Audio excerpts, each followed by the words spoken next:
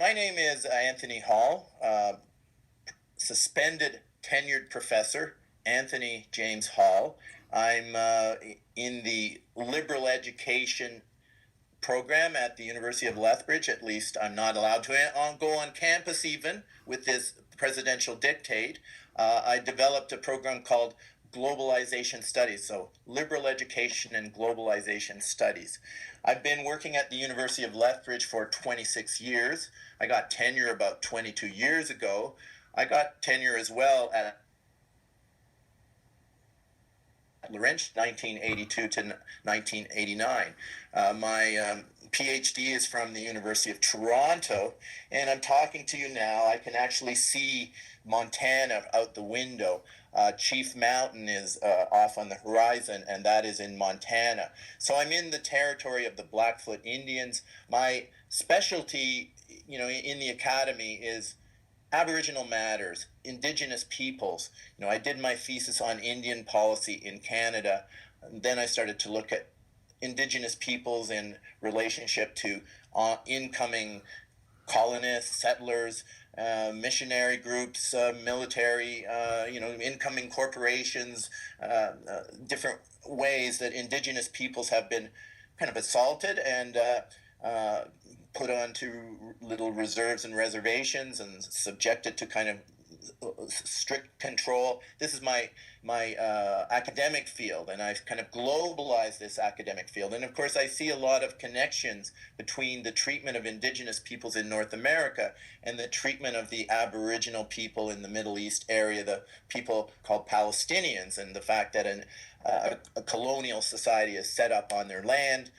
Israel is created in 1947, 1948, or go back before that to the Balfour Declaration.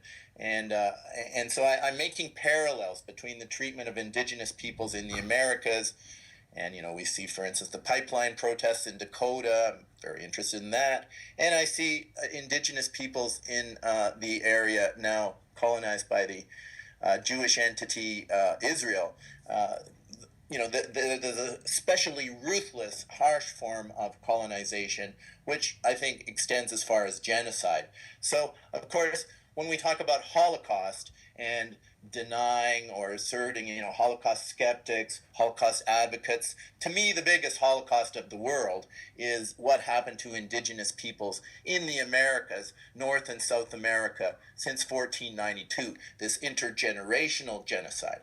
And so, of course, I don't think anybody can claim this word Holocaust as a sort of patented, exclusive term, the Holocaust. Well, there are many Holocausts. Remember, we used to talk about the Holocaust of possible nuclear war, the nuclear Holocaust. That was a very prominent term. What about the Holocaust that the Aborigines in Australia have experienced? What about the Holocaust that German people after 1945 experienced as the Soviet army pushed westward, as the U.S. had prisoner of war camps and people were starved. I mean, there's all kinds of aspects of history that I want to talk about, and I don't want to be put in any box told that you cannot talk about certain subjects. And so taking a stand that as a university professor, I'm making very clear everything is on the table. And genocide, as it's happened throughout history, is on the table. And of course, there's one particular genocide that is, very, very much created as a kind of core narrative, through all these Holocaust museums and such. But we need to see this history in a larger context. So this is the kind of thing that does lend itself to my words being twisted and abused and associated with these images that Joshua Goldberg apparently created. How is your suspension a threat to academic rights nationally and internationally? The institution of tenure is there. It's sort of an ancient outgrowth of a lot of history to protect professors, people in the faculty whose analysis might cause them to come to conclusions that are not comfortable to power and might instigate recriminations against them to have them, say, removed from their job. And so if your subject is the Israeli lobby and the way that the Israeli lobby is operating and what is happening in the Middle East, and even as my subject is, I'm very interested in what actually happened on 9/11 and all the false flag terror events, for instance, in San Bernardino or Munich or Nice, all of these events, when you look closely, or Brussels or Paris, when you look at the events, you find that these are engineered and constructed.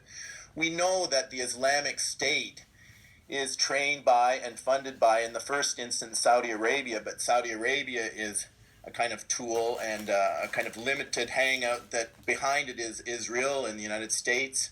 These are the kind of subjects I've been looking at and talking about. And I'm a tenured professor. We talk about these subjects on False Flag Weekly News, which I do every week with my co-host, Dr. Kevin Barrett. So now I have been suspended without pay. And there is no due process whatsoever. Apparently there's some legislation in Alberta here, and I'm in the jurisdiction of Alberta, one of 10 Canadian provinces. I'm on the eastern slopes of the Rocky Mountains here in Lethbridge, Alberta. And there is legislation in place that professors apparently have the power to suspend professors on a dime. And there's been no due process with me. The same document that says I'm suspended without pay introduces the supposed charges against me, one of which is that I am somehow discriminating against Jews because I say Israel had something to do with the events of 9/11, which is very far afield, and good scholars of repute cannot avoid looking at the reality that this transformative event of our times, 9/11, Mossad and the Project for the New American Century and the Israel First American neocons are front and center in it. And we had Michael Chertoff, for instance, who was supposedly in charge of the investigation of 9/11, the criminal investigation from the Justice Department. We can clearly see he transformed the investigation into a cover-up. It's a massive cover-up, a cover-up that continues yet on the media. And So, maybe you could talk about the role of Facebook and yeah, but how I the do want to get pretext. to before doing that, I'm setting up Oh, I see. you asked Okay. me about tenure and what Okay. is at stake here. Okay. So I'm giving you an idea of the kind of work I'm doing and the Yeah. kind of analysis that, of course, would not be well received in neocon circles, in government circles, which are subject to Zionist control through various agencies like the B'nai B'rith, which is an international operation, the Anti-Defamation League of B'nai B'rith. It has 27 offices in the United States. It has huge budgets. And it basically takes its direction from the government of Israel. In Canada, the B'nai B'rith maintains that its statement of purpose, its mission statement is that it is to advocate for the security of Israel. So it's operating within Canada at the behest of the Israeli government, and so basically the B'nai B'rith now was able to plant this Facebook item, create all of this hysteria among its members, using this very provocative language, and the B'nai B'rith has essentially taken control of the administration of my university, and so now I've been suspended without pay, with no due process. That essentially indicates that tenure is over. If it constitutes no protection in actual reality, and this is huge for the faculty, because we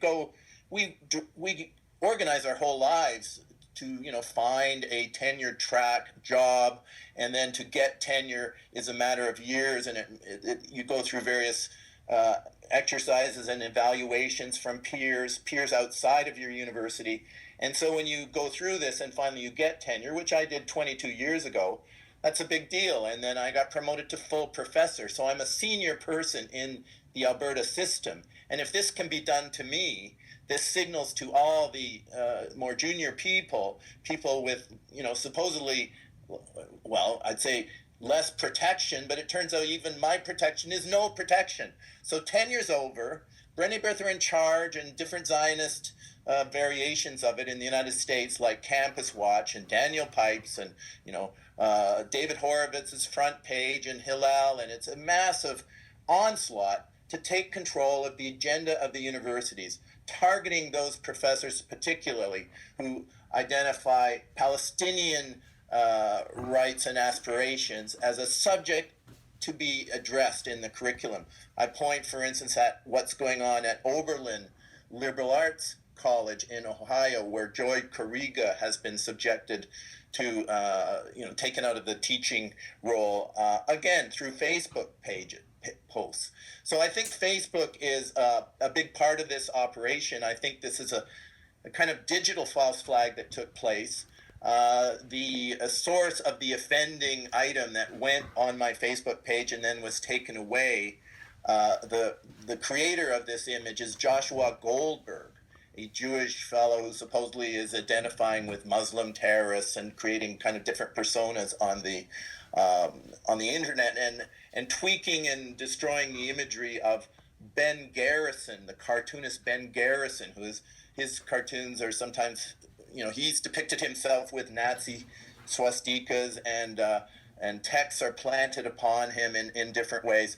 So there's a very kind of sophisticated operation to put this on my Facebook page, to stir up the hundreds of people apparently writing to Facebook and to my university, using this very inflammatory language to think some maniac is loose in University of Lethbridge, then taking the image down. I don't find out about this till a couple of weeks later, when I'm doing a Google search, and I happen to see, all of this operation has taken place a couple of weeks ago. So I've been writing about it kind of as full time, to just try to create a record of it. And I'm editor-in-chief of American Herald Tribune. So there you could see this scenario being laid out in detail. So to me right now, there's many issues at play here, but to protect the idea that universities need to have some basis for asking questions and having real discussions with students, and being able to, for the research, for the senior faculty to be able to ask questions and do research and come up with conclusions that may be embarrassing, say, to the government of Israel. That principle is under attack right now.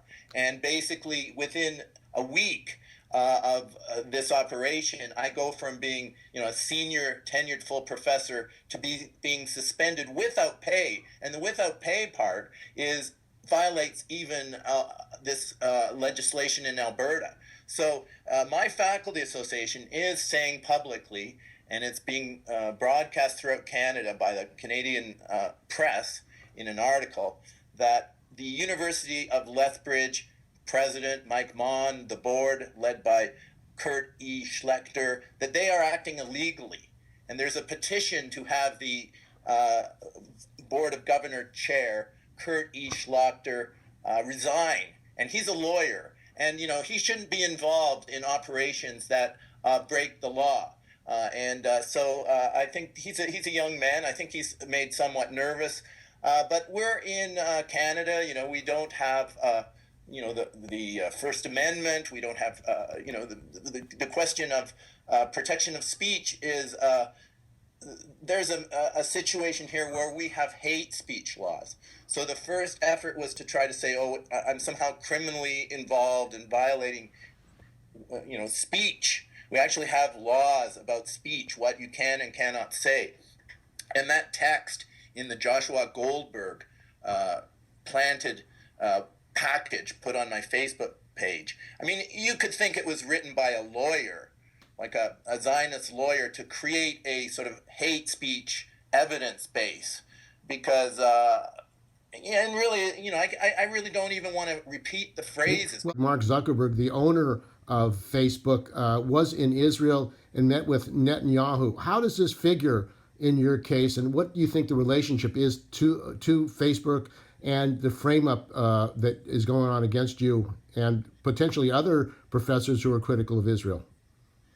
Well, I think this operation is partly uh, directed by Facebook, and it is to advance an agenda that Facebook is to become a propaganda agency uh, subject to the guidance and direction of the government of Israel. And it's moved, major part of its operation to Tel Aviv. The former chief of staff of the Israeli embassy in United States has moved to Tel Aviv and is taking a leadership role. And so the operation would be to try to get people used to the idea that Facebook is going to be sort of censored and uh, we know its roots are in the intelligence establishment, CIA and whatnot. Facebook is now very clear that it's an agency of the Israeli government to operate to advance Israeli agendas and policies, and a big part of those agendas and policies represent the ethnic cleansing, the genocide towards Palestinian people, to create a greater Israel, to expand the settlements, Israel doesn't really have any fixed borders. It's sort of like the United States used to be. And of course we know that Netanyahu represents a faction that wants a greater Israel, an Eretz Israel, an expanding Israel, and is not really interested in negotiations with Palestinians or a two-state solution. So in order to achieve this, the minds of people have to be controlled. And social media is a major place where we get our news, where we get our orientation to the world. And Facebook is by far the giant, the megalith in this social media realm. So in order to get people used to the idea that Facebook is going to operate in a way that advances the policies that Zuckerberg and Netanyahu share, apparently, or the principles that they share, the first, my case where this is planted, and then there's the phrase that comes out, "kill all Jews," connected with this professor. I'm not advocating that, but this phrase is put on me, and then there is a call that goes out to the B'nai B'rith. Look at what we found. Oh my God, look at what we found. Right to Facebook, right to Facebook. Facebook's initial response apparently was, "kill all Jews." Well, that's community standards. And so they use this as a kind of propaganda point. And they say, what? Community standards? Kill all Jews? And then so they get hundreds of people writing to Facebook and getting worked up. And then Facebook, according to the story that I get, that I'm reading in their posts, but I don't see this happening myself. I'm in Kansas at the time. I'm preoccupied with other things. Things can go up and down. Well, not down. They're posted on your Facebook page. I guess you should have a notice if they're taken down. But anyway, the Facebook apparently relents and says, okay, we'll take it down. And so they take it down. So this gets people used to the idea that there's certain kind of things that Facebook, shouldn't carry, and things that are critical of Israel and critical of Jews should not be carried. So this is preparing the mental environment for this type of new form of propaganda, new form of censorship that Facebook is in charge of. I mean, I remember when I first got on Facebook, I'd get posts from my friends, people who I knew about. When I saw the posts, I could interpret where it's coming from. Now I get posts on subjects I'm interested in, but I don't know where they're coming from. And so I don't have no real way to interpret. So there are logarithms. I know we're being fed information that somehow, according to different mathematical formula, some computer, but ultimately somebody's tweaking the computer, directing the computer, is deciding what we can see, what we shouldn't see, the sources we should be getting, not getting, and so this is really diabolical. This is we do depend on Facebook. There's really nothing quite like it. It has huge advantages for certain types of uses, and so but I see this case as also a reflection of an agenda by Facebook. Then I could talk about Ben Garrison and this cartoonist who the story goes is being his posts are being tweaked by Joshua Goldberg and others like him who depict him as a Nazi and change the, say he has a cartoon of the Federal Reserve, which he's critical of, with the pyramid and the eye, and then somebody comes along on 4chan and changes that to a face of a big-nosed Jewish man, in the cartoon, and then puts in a text that makes it seem that anti-Semitism and neo-Nazism is, very live and real. And of course, the B'nai B'rith, the Anti-Defamation League, they need anti-Semitism. They need to be able to point and say, oh, look, there's all these Nazis out there. Look, people hating Jews, wanting us dead. This is the kind of information they need in order to justify their huge and present role, basically infiltrating our governments and our police agencies. That's one thing I'm finding, that B'nai B'rith has a big influence over police.